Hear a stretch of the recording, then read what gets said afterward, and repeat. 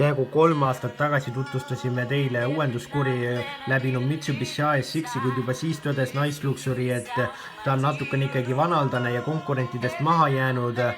Ja nüüd on tehtud siis lõpuks ometi uuenduskuur ja ta paistab, et Mitsubishi on aru saanud sellest, et aastal 2020 ei ole eriti tore osta 2010. aasta siis välimusega sõidukit ja on tuldud välja siis tõesti palju uuema sõidukiga ja eest meenutab ta mulle L200. Tere tulemast taas vaatama Nice Luxury proovisõitu.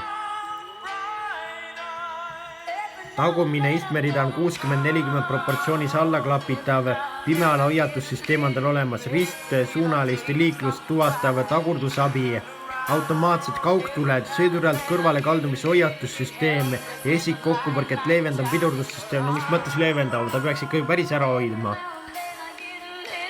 Ja nagu te näete, on tal ka siis uued LED-tuled ja tagatuled on palju efektsema siis mulje saanud. Ja ees on tal siis pi-LED esituled ja udutuled ja muidugi paljudel autodel on ju LED-tuled juba mingi 8-9 aastat olemas, kuid tõesti ASX sai need alles nüüd. Ja enamikus varustustes tal pole nelikvedu ja ma ei olegi üldse kindel, kas Eestis talle pakutakse nelikvedu.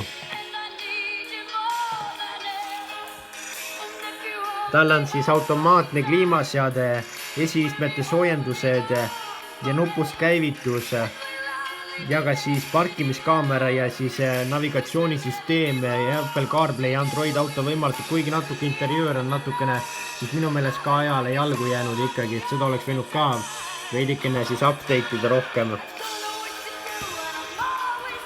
Ja kui vanasti oli tal mootori valikus siis 1,6 liitrine bensiinimootor ja 2,2 liitrine diiselmootor, siis nüüd muidugi on juba ammu Mitsubishi öelnud, et tema enam mingit diislit ei vorbi, kuid tal on nüüd praegu olemas siis ainult 2 liitrine 110 kilovatine 150 hobujõuline bensiinimootor, mis kulutab 6,7 liitrit.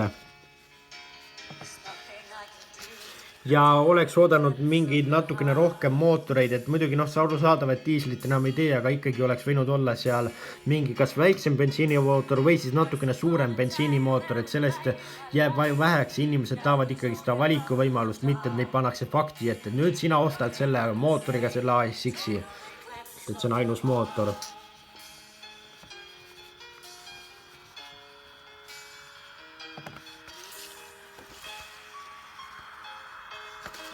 Ja siis hinnad algavad tal 20 700 eurost ja siis käigukastid on baasvarustuses siis 5-käiguline manuaal või siis 6-käiguline automaat, mis lisandub siis paremates varustusastmetes ja 20 700 on baasinnaks ka natukene kallis ja kui vanast oli see 17 900, mis oli täiesti normaalne hind ja kõige parem versioon maksab tal siis InStyle ja selle nimi on InStyle ja maksab see 25 900 eurot, nii et päris palju ja trügib juba kuskile sinna RAV4 mänguväljakule.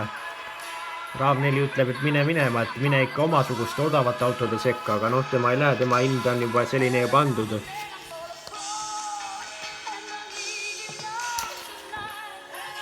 Selline on Mitsubishi ASX, paljud asjad on muutunud paremaks, kuid on ikkagi selliseid asju, mis on natukene kehvad, ehk võiks olla rohkem, nüüd selle välimuse sai korda, aga nüüd rohkem mootorid võiks valikus olla ja baashind veidikene madalam ja tee need asjad ära, tee see vigade või parandus ära Mitsubishi ja tule siis tagasi ja näita ette, kuidas hakkama said. Meie kohtume teiega juba nädala pärast uues Nice Luxury proovisõidu saates.